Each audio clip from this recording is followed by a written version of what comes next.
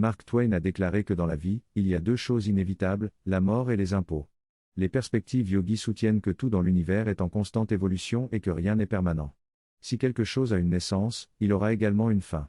Cependant, les êtres humains sont à la fois une forme physique changeante et une conscience immuable. Lorsque nous quittons notre corps physique, nous entrons dans un état de liberté et de conscience subtile. Les témoignages de personnes ayant eu des expériences de mort imminente rapportent une sensation de liberté et de légèreté. Cependant, dans notre monde physique, nous avons souvent peur de la mort car nous ne savons pas ce qui se passe de l'autre côté. Il est important de comprendre que le choix de quitter le corps est toujours conscient et qu'il n'y a rien à craindre. Le corps subtil, que nous expérimentons également dans les rêves, se dissout progressivement après la mort, marquant la fin du lien avec notre corps physique. En somme, les perspectives yogi montrent que la mort est une transition vers une autre forme de conscience et de liberté. Lors de la dissolution du corps physique, les corps subtils se dissolvent plus rapidement en raison de leur nature fluide et plastique. Pendant cette transition, l'âme traverse différents niveaux de conscience et expérimente les désirs et impulsions qui étaient présents dans le corps physique. Parfois, des impressions émotionnelles peuvent rester dans l'atmosphère après la dissolution du corps, créant des phénomènes et des bruits paranormaux. L'âme se sépare progressivement de ses corps et entame une période d'absorption et d'assimilation de l'expérience de vie. Le point de sortie du corps est important car il est lié à la direction de développement souhaitée par l'âme. Dans certaines traditions, on conseille de penser à des choses plus élevées et importantes lors de cette transition. Le choix fait par l'âme à ce moment-là peut être déterminant pour son évolution future. La période d'absorption est également cruciale car l'âme réfléchit à ce qu'elle emporte avec elle de son expérience de vie. La valeur des choses matérielles et des activités quotidiennes est remise en question, et l'âme cherchera à conserver les expériences et les relations significatives plutôt que les biens matériels ou la réussite personnelle. Nous sommes à la recherche d'une connexion plus profonde, au niveau de l'âme véritable, mais malheureusement, cela est rarement atteint. Les relations humaines ont peu de valeur, sauf celles qui contribuent à la croissance de notre conscience. Ce qui importe le plus ce sont les expériences qui nous ont fait grandir, qui représentent la vérité et la divinité. Nous devrions donc consciemment choisir de garder en mémoire ces moments précieux plutôt que de se focaliser sur l'argent ou les détails insignifiants de la vie. Ces expériences enrichissent notre existence et nous aident à grandir. Il est question dans ce texte du développement personnel et des choix que fait l'âme pour sa prochaine vie. L'auteur explique que chaque vie accumule des expériences et des aspects de personnalité, qui peuvent être utilisés dans la vie suivante. Par exemple, si quelqu'un a développé une capacité musicale, cette sensibilité et cette conscience restent avec l'âme et peuvent être utilisées dans la vie future. Cependant, ces aspects ne sont pas toujours reconnus ou développés par la personne elle-même. L'auteur souligne également que les pratiques religieuses et spirituelles peuvent également laisser une impression dans l'âme et se manifester chez les enfants. En fin de compte, l'évolution personnelle est un projet d'enrichissement où l'on entre dans l'expérience de toutes les possibilités pour découvrir soi-même et l'univers. Même si cela peut impliquer des souffrances et des limites, c'est un processus de joie et d'exploration. Lorsque l'individu explore les profondeurs de son âme, il découvre une capacité infinie. L'expérience devient alors une source d'apprentissage, même si elle peut être confortable ou difficile. Dans les profondeurs, les problèmes sont perçus différemment, comme des opportunités d'évolution. L'âme peut être emprisonnée lorsque la personnalité est fermée et ne laisse pas l'âme s'exprimer. Dans ce cas, deux situations peuvent se produire, soit l'âme demande de l'aide pour se libérer, soit elle décide de quitter cet emprisonnement. La naissance est un moment de préparation de la personnalité pour l'expérience à venir, mais elle n'est pas nécessaire pour les niveaux subtils de l'âme. L'âme choisit le matériel et l'environnement dans lesquels elle s'incarnera, en fonction de sa propre évolution et de sa vibration de conscience. Plus l'âme est mature, plus elle a la capacité de prendre des décisions et de choisir ses parents et circonstances. Elle recherche un environnement et des parents qui sont en résonance avec sa vibration et ses aspirations. Parfois, elle peut même entrer dans le corps avant la naissance pour s'assurer d'un environnement propice à son évolution. Lorsque l'âme influence la formation du fœtus, elle commence à mettre en place sa conscience pour modeler le corps. Une fois que le corps est suffisamment développé, l'âme y insuffle sa conscience, généralement lors de la naissance ou quelques jours après. Parfois, l'âme se rend compte qu'elle n'a pas choisi le corps qu'elle voulait et décide de le quitter, ce qui explique pourquoi certains enfants meurent de manière inexplicable. La perte de mémoire est utile car elle permet à l'âme de vivre de nouvelles expériences sans interférence des vies antérieures. Il est préférable d'oublier les vies passées selon la perspective yogi, car cela empêche les interférences et favorise la liberté. L'âme choisit les parents et l'environnement qui correspondent à ses aspirations et intentions les plus importantes.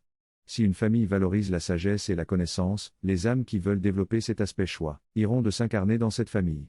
De même, si une famille est centrée sur les affaires et l'argent, les âmes qui cherchent cette expérience y seront attirées. La formation de la personnalité peut faire perdre cette conscience, mais si l'influence de l'âme est assez forte, elle peut naviguer à travers ces pertes temporaires et apporter des changements. Parfois, vers l'âge de 5 ans, une expérience importante peut donner une direction à la vie, car à cet âge, le cerveau et la personnalité sont suffisamment développés pour être influencés. Lorsque l'âme devient consciente, elle a la possibilité d'influencer la personnalité et de prendre le contrôle de l'individualité. L'aspiration la plus profonde a la chance d'influencer rapidement la personnalité et de prendre le dessus sur les désirs superficiels. Dans ce texte, l'auteur exprime l'idée que la conscience psychique est essentielle pour comprendre les différentes facettes de la vie. Il souligne également l'importance de se tourner vers sa véritable essence et de la laisser guider notre existence. L'auteur explore ensuite le concept de lien familial et souligne que ceux-ci peuvent être différents d'un point de vue de l'âme. Il encourage les lecteurs à prendre conscience des multiples vies qu'ils ont vécues et des différentes cultures auxquelles ils ont été exposés, afin de développer leur conscience et leur potentiel infini. En fin de compte, l'auteur invite les lecteurs à se détacher de l'identification à une seule identité et à cultiver une compréhension plus profonde de leur véritable nature spirituelle. Dans cette discussion, il est mentionné que les différentes cultures, religions et nationalités sont toutes utiles dans notre croissance personnelle. Il est noté que peut-être certaines expériences énergétiques et de vitalité ont émergé des cultures barbares en raison de leur utilité. Il peut y avoir des connexions karmiques entre les groupes. L'idée est de ne pas s'attacher à une forme d'identification, mais de reconnaître notre essence spirituelle au-delà de ces éléments. Il est souligné que si l'on se sent supérieur à quelqu'un, il faut se rappeler que l'on était peut-être comme eux dans notre passé. Et au lieu de se moquer, il faut chercher à comprendre comment les autres nous ont aidés à nous développer. En fin de compte, il est conclu que le changement est un choix que l'on fait en vivant chaque instant, et que cela n'exige pas nécessairement des thérapies.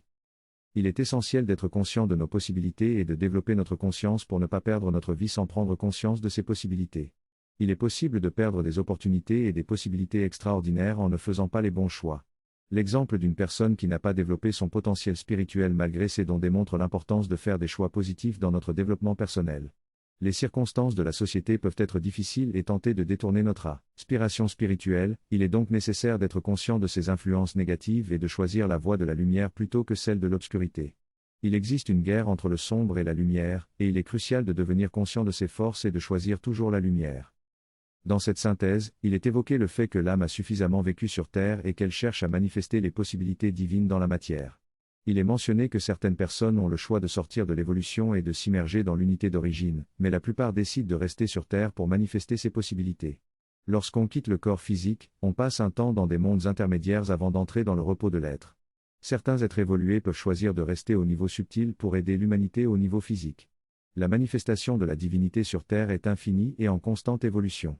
Chaque culture a développé quelque chose d'unique et spécial pour l'humanité, mais si elle perd son inspiration, elle peut s'effondrer. Par exemple, la Grèce a autrefois été une civilisation prospère, mais a perdu son élan à cause de la perte de son inspiration. Ce texte aborde principalement les concepts de tradition, de spiritualité et de développement culturel. Il mentionne le Japon et son appréciation de la beauté, ainsi que l'Inde et sa spiritualité manifestée dans la vie quotidienne. Il souligne également l'importance de l'union entre la matière et la spiritualité. L'auteur explique que le développement culturel passe par des phases de spécialisation puis d'intégration, et que l'alignement entre l'inspiration individuelle et les circonstances collectives permet l'émergence d'une nouvelle culture. La présence divine est toujours là pour aider et protéger l'évolution de l'humanité. Parfois, des êtres exceptionnels comme Jeanne d'Arc viennent apporter leur aide. Ils sont guidés par la sagesse divine et interviennent dans les situations dangereuses pour préserver le développement futur de l'humanité. Cette évolution n'est pas aléatoire, elle est dirigée dans une direction précise. Il est important de se connecter à la présence divine et de l'appeler en cas de besoin.